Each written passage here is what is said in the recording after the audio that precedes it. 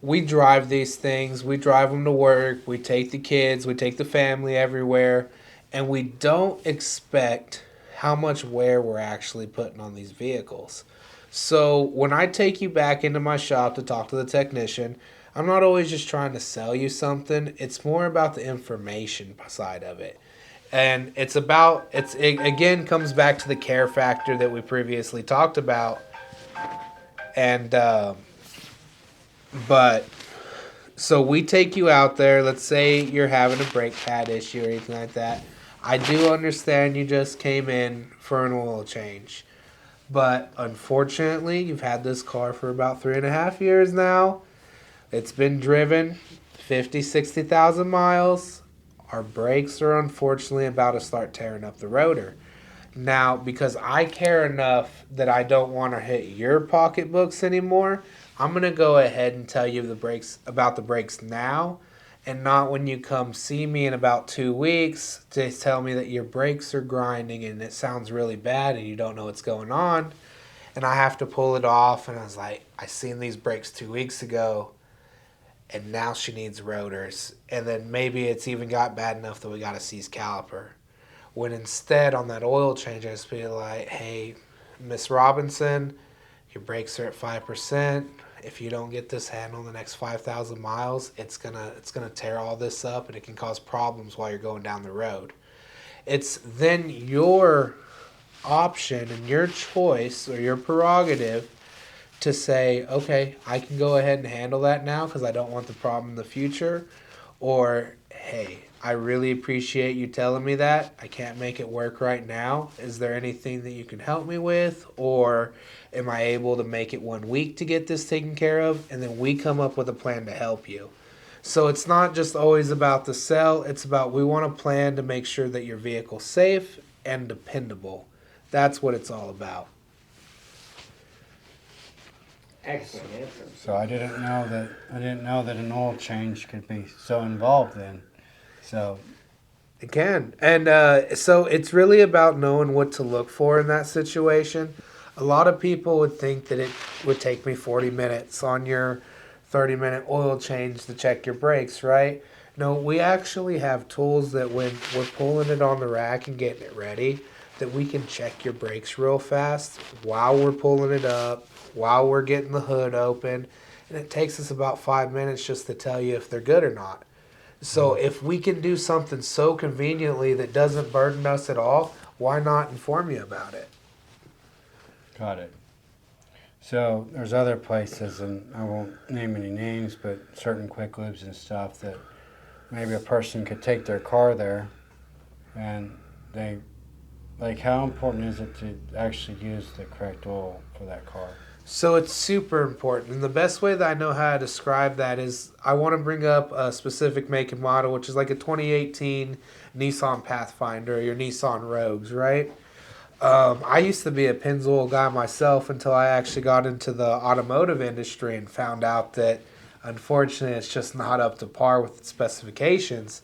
But let's take this specific car, right? Brand new car, 20,000 miles, brand new fluids, only been serviced by Nissan. You purchase that car and you start putting in your Pennzoil or your Quaker State, just the regular stuff on this vehicle, right?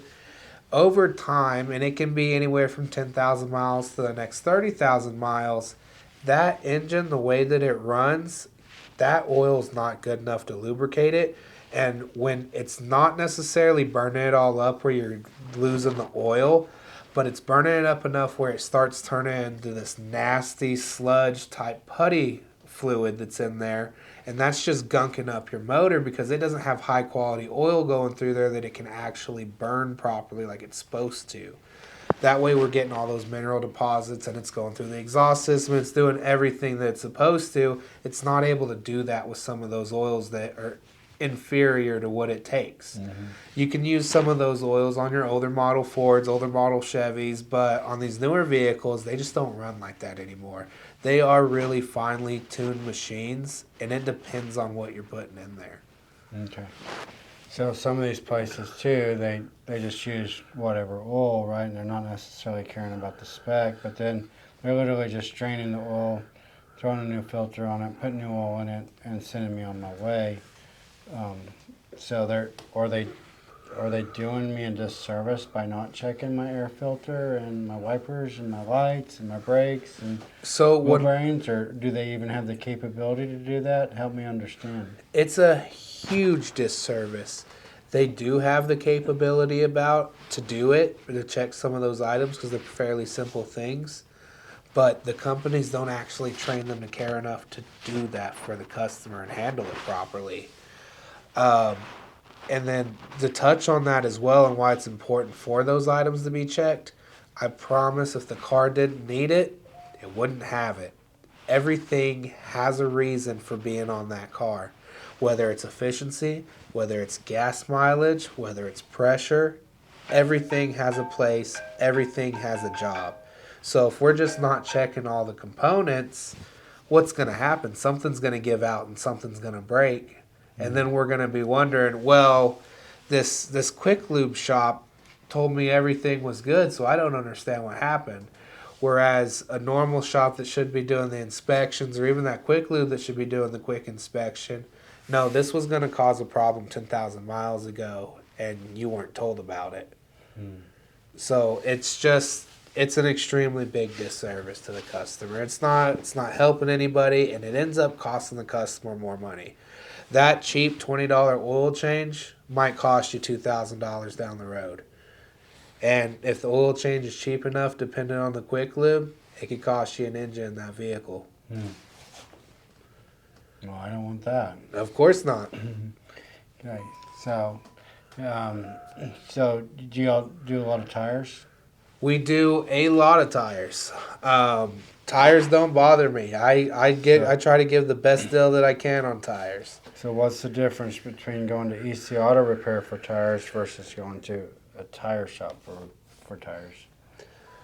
So a tire shop, the biggest difference, and it's not even really the quality of the tire or the quality of service, it's the training. So in most tire shops, you can pretty much teach anybody to run a balancer and run a machine. But do they actually know the load range of the tire that's supposed to be on that vehicle? Do they know the ply of tire that's supposed to be on that trailer? There's a lot of things that sometimes they don't know because they're unfortunately hiring some $10, $15 guy, dollar an hour guy, right? And they're just saying, your job is to change tires. And that's what you do now. And that's all they do. And they don't know the actual specifications. They don't know the actual specifications to that vehicle or the reason that it has that specific tire on or the reason that it has a specific Low Pro. I feel like that's the biggest difference in a mechanic shop to a tire shop is the information training that the team members receive.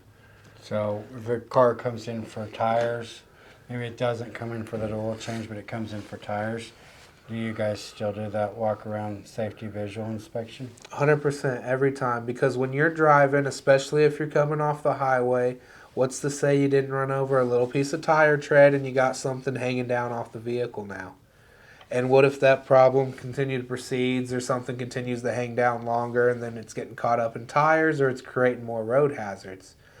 Every vehicle, every time.